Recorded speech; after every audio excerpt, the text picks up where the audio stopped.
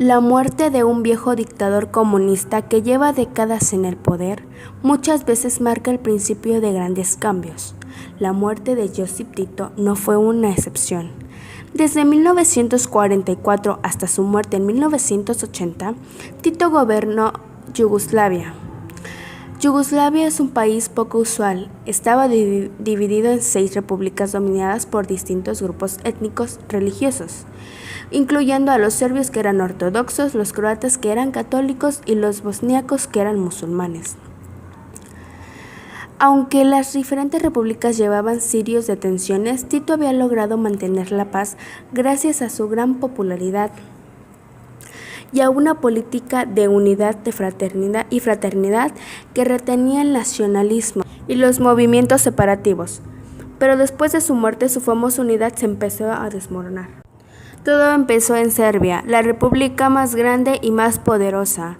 Slobodan Milošević, un político del Partido Comunista, rompió con la tradición de unidad y se aprovechó de los viejos odios de los serbios.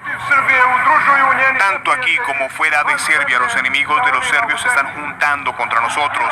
Y hoy les decimos, no tenemos miedo, no le tememos a la guerra. Esa retórica lo llevó a la presidencia de Serbia en 1987, donde logró el control del ejército de toda Yugoslavia. La noticia no fue bien recibida en las otras repúblicas.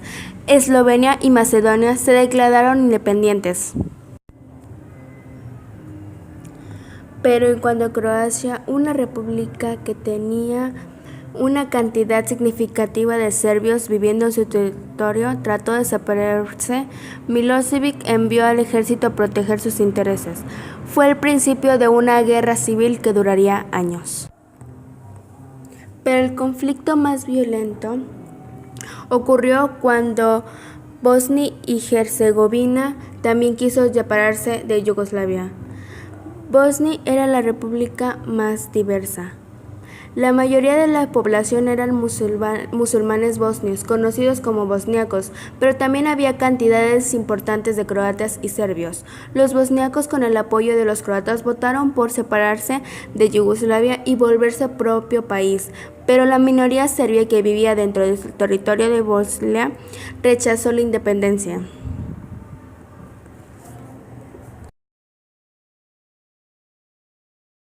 En el Parlamento de Bosnia, Radovan Karadzic emergió como el líder de la minoría serbia, y esas fueron sus numerosas advertencias.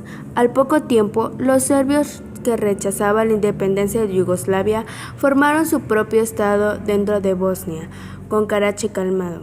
Su plan era unificarse con la vecina República de Serbia al mando de Milošević. Con el apoyo de Milošević, el poderoso ejército nacional, el grupo de Karadzic empezó a tomarse poblaciones enteras en Bosnia, casi todas cerca de la frontera de Serbia, donde había musulmanes. Las fuerzas serbias asesinaron a cientos de personas y obligaron al resto a escapar. Fue el principio de la llamada limpieza étnica en Bosnia, durante la cual los serbios buscaron expulsar a todos los musulmanes a la fuerza. La violencia causó un éxodo de musulmanes que huyeron hacia otras ciudades buscando amparo. Una de esas ciudades es Nica. Habían casi 30,000 personas refugiadas en la ciudad cuando llegó el ejército serbio en 1993. En vez de atacar directamente, el ejército rodeó la ciudad, impidiendo la entrada y salida de personas y, peor aún, de comida y medicamentos. Al enterarse sobre las condiciones atroces en Nica, un embajador de la ONU decide tomar acción. Diego Arria, entonces embajador de Venezuela en el Consejo de Seguridad, propone declarar en Srebrenica una zona bajo protección de la ONU. La resolución pasa, pero de poco sirvió. A pesar de las protestas de Arria y otros diplomáticos que visitaron la ciudad, las Naciones Unidas hizo poco por intervenir. El sitio continuó, creando hambruna, desesperación y muerte. Finalmente, en julio de 1995, el ejército serbio se tomó la ciudad. Inició un capítulo aún más oscuro de la guerra. En las siguientes semanas, miles de bosniacos fueron violados y torturados. Los hombres y niños fueron ejecutados y enterrados en fosas. Y entonces fue ahí cuando el mundo comenzó a reaccionar. La OTAN, una poderosa alianza militar liderada por Estados Unidos, lanzó ataques contra las fuerzas serbias.